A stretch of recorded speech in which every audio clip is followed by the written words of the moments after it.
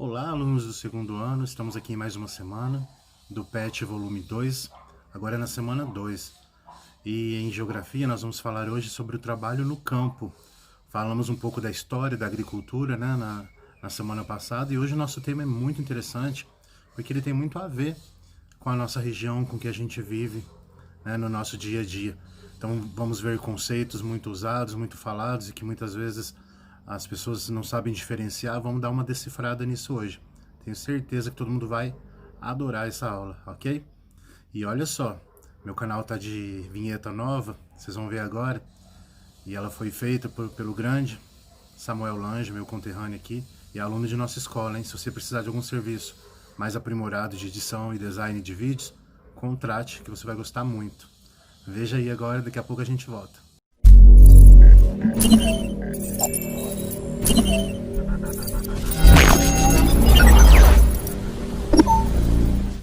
É isso aí, curtiram, né? E obrigado mais uma vez aí, Samuel. Pessoal, vamos então ao nosso assunto propriamente dito. Para quem está acompanhando aí pelo PET, estamos lá na página 78, né? O trabalho no campo aqui no Brasil.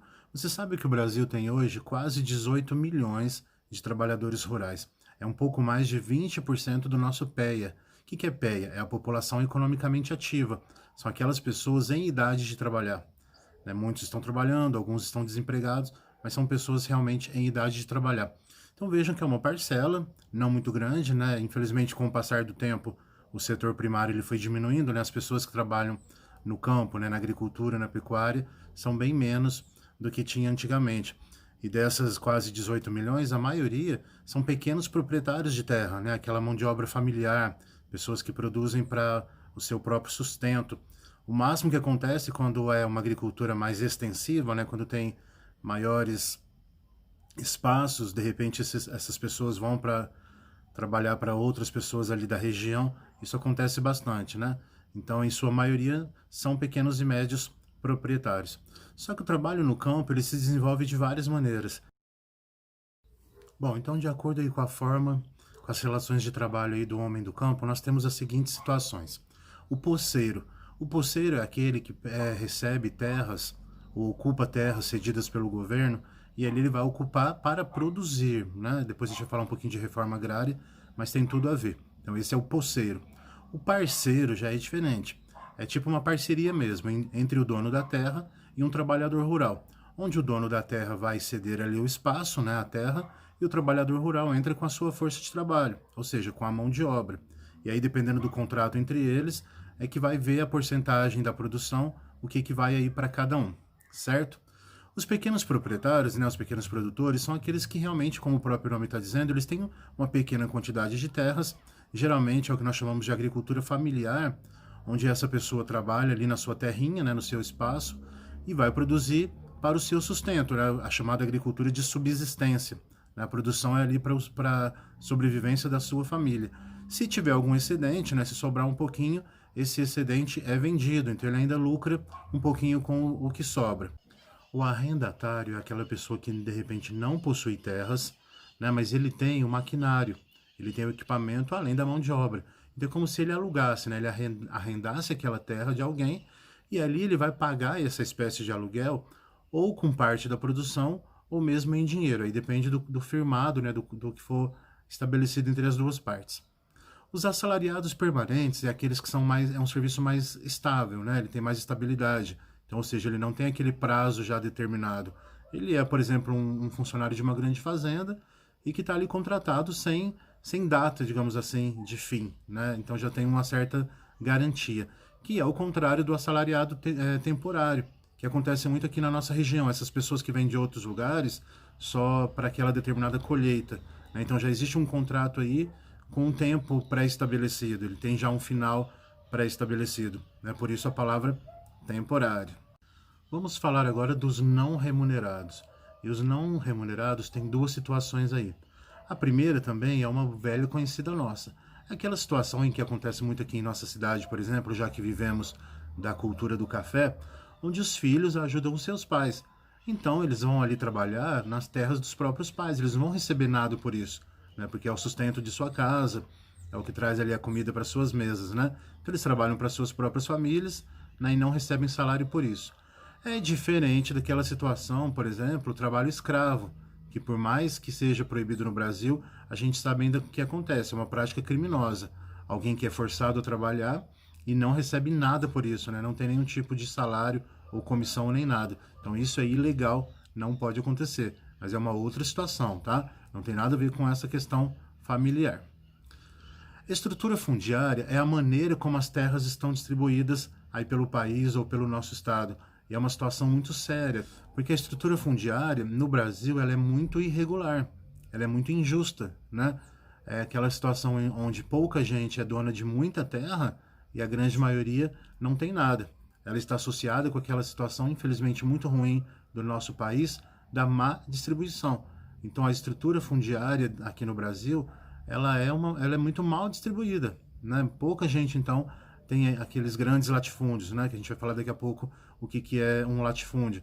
Então, a estrutura fundiária, muitas vezes, traz aqueles graves conflitos no campo, aquelas guerras mesmo por posse de terra, e que muitas vezes leva à morte.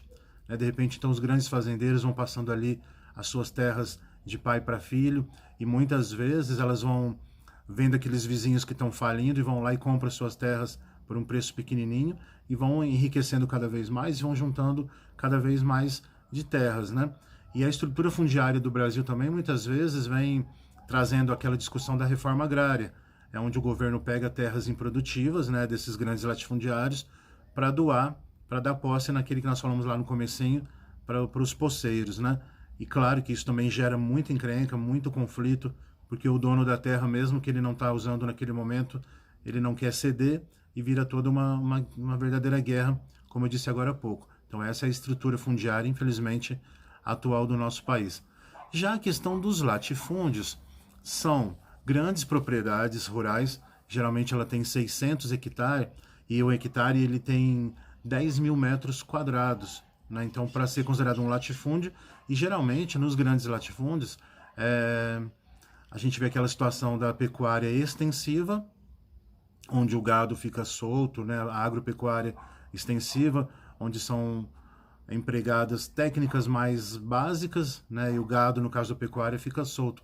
Mas também tem a pecuária intensiva, onde tem tecnologia moderna, muita máquina, muito adubo, muita ração. Então, nos grandes latifúndios, as duas situações elas acabam podendo acontecer. O minifúndio já é aquela pequena propriedade, né, dos pequenos produtores. Geralmente ela quase não passa de 3 hectares para ser considerado um minifúndio. Expropriação. Expropriação é quando um pequeno proprietário, além da questão do próprio governo expropriar, né, tirar a terra de outro, de repente aquele pequeno agricultor que está muito endividado, então as suas terras são retiradas, né? Ele perde, ali ele é obrigado a vender a sua propriedade para pagar dívidas. E geralmente os próprios vizinhos, grandes fazendeiros, é que fazem essa compra, e como o trabalhador está endividado, ele acaba cedendo e vendendo por preços mínimos, né? Acabam perdendo muito.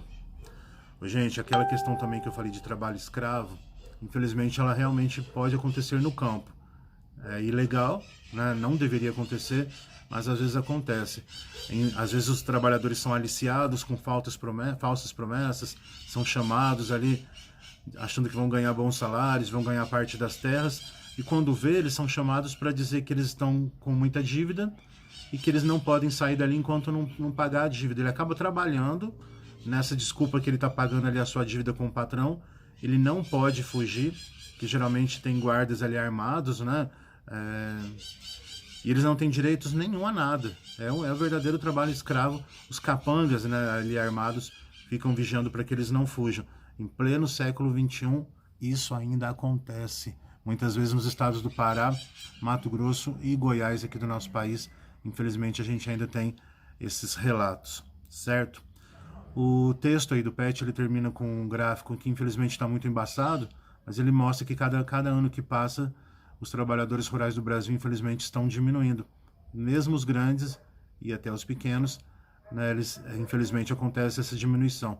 Inclusive os pequenos proprietários, é muito comum que durante esse processo aí dos grandes latifundiários ficando cada vez mais ricos e tendo mais terras, os pequenos, por não terem mais o que fazer, estão sem emprego, estão sem terra. Eles acabam indo para a cidade grande, achando que vai também melhorar de vida, né?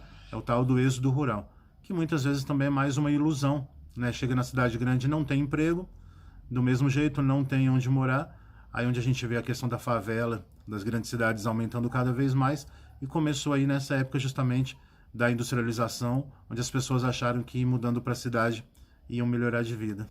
Vamos agora para as atividades? Se você prestou atenção nesse vídeo, praticamente todas as 5 questões já estão respondidas. Eu vou só dar uma comentada aqui nos enunciados. Vejam que na número 1, nós temos 2 situações. A situação 1 diz assim: um proprietário de terras, junto ali com a sua família, produzindo milho, feijão, arroz, hortaliças, cria um rebanho de bovinos e caprinos. Né? Já está dando a dica que é um proprietário de terras, ele é o dono, com a sua família, uma pequena produção.